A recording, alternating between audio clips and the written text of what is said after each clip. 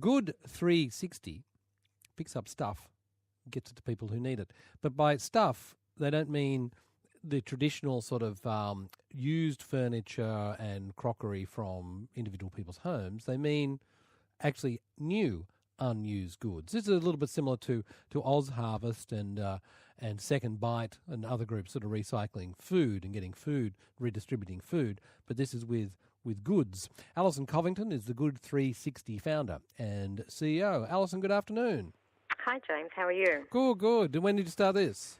Well, we launched our website last year in March, so we're about just over 18 months old. Okay. How's it been going? Fantastic. We're very busy at this time of year, as you can imagine. Communities need plenty of brand new goods for their communities. That is, it's a perfectly, where did you see this working? Did it just suddenly seem obvious to you? Well, of course, people, where companies have stuff they need to get rid of and it ends up in the tip, we may as well take it. Yeah, it literally landed in my inbox. I read about Good360 in the US. They had been doing it for 30 years and had redistributed over $9 billion worth of goods. And I thought, why aren't we doing it here in Australia? So I looked, and we had the fantastic Oz Harvest and Second Bites and Food Bank doing all the food. But I asked myself the question, where was all the other good stuff going?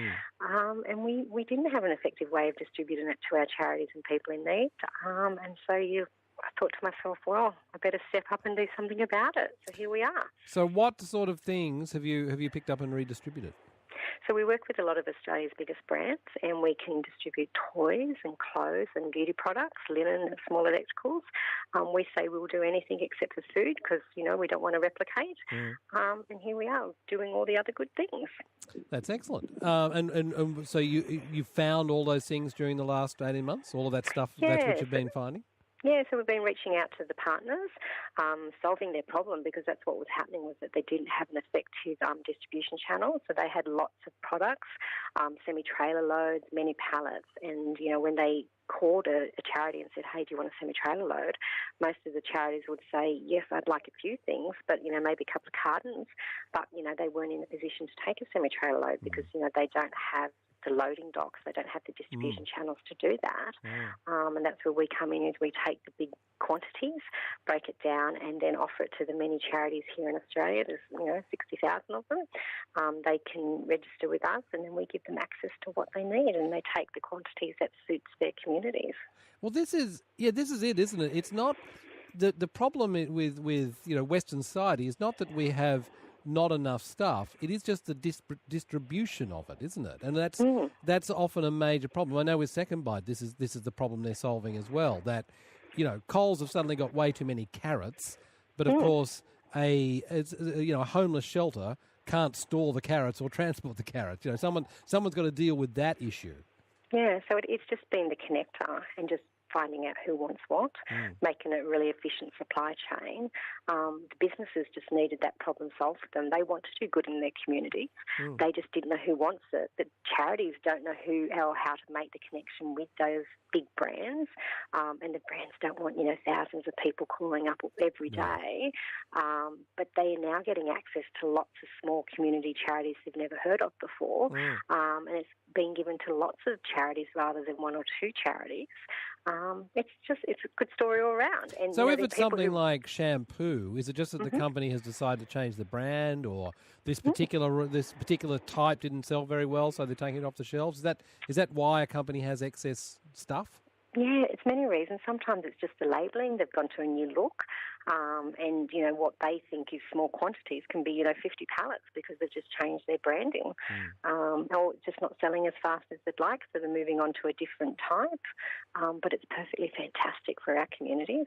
And we move it really fast because you can imagine that type of thing is really high demand product. And we can move it really fast. And then have you got warehouses and trucks? So we have a warehouse at Smithfield that's been donated to us by our partner Goodman. We bring the product into our warehouse in Western Sydney, we reconfigure it, and then we use freight companies to redistribute it back to the charities. That is a cost to send it back to the charities, so that's something we're always looking to have partners to help us reduce those costs. So it's something we can always do with more of a hand there. But, that's the only cost. The product is free for the charities, but we just have to keep that freight cost as low as possible for them. Alison Covington's with us. She's the Good360 founder here in Australia. Paul Moulds is from the Salvation Army Auburn district. They recently picked up a whole load of stuff. So Paul's representing sort of where this stuff ends up and how it gets used. Hello, Paul. How are you? Hey, James. Great, thank you. Yeah. But what did you get in this recent pickup? Well, mate, you name it, we've got it. I mean, obviously Christmas is coming up, and so we are, in addition to other things that we'll get at Christmas, we are, for the first time, well stocked to get that first wave of people that are going to hit us on the first week of December. So there was lots of Christmas excess gifts, toys, products that would be suitable for single women and single men, just fantastic Christmas products, but also lots of other things that we can use in our everyday work in the centre here. It's just a fantastic concept, and we're just so grateful to be the recipient.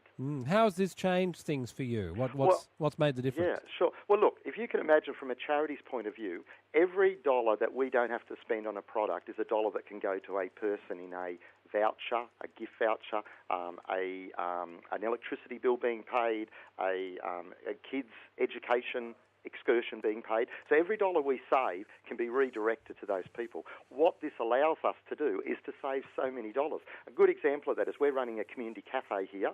We have 120 people every day come in, and we greatly blessed by Food Bank and Second Bite and all those groups you mentioned who help us with food, but all those hard costs like tablecloths and crockery, we had a really mismatch, and we were just planning to restock it all. Well, we've just been absolutely blessed in the last few weeks because we've got new tablecloths at every table. We've got, can I say, JB Oliver crockery on the tables, at every table, and that has saved us several $100s from having to restock our tablecloths and all our crockery and things like that. Now, that's repeated. We've just opened a house for homeless people in our local area. We've got microwaves in there. We've got bedside tables.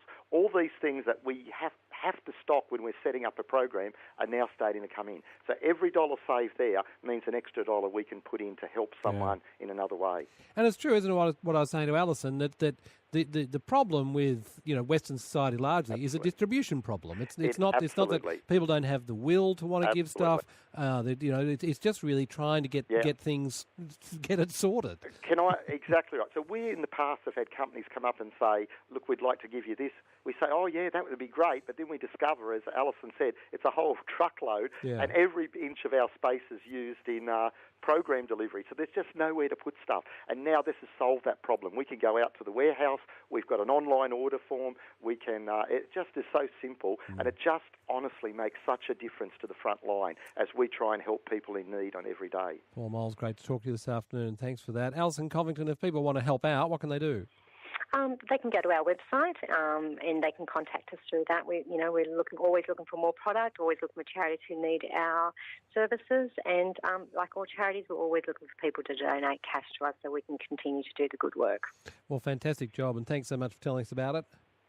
Thank you for your time. We really appreciate it. It's called Good360. That is the word good with the numbers 360, Good360. So you can look it up online and find out ways in which you can help. You might perhaps know people in companies that should be aware of it. You might just like to help out by donating.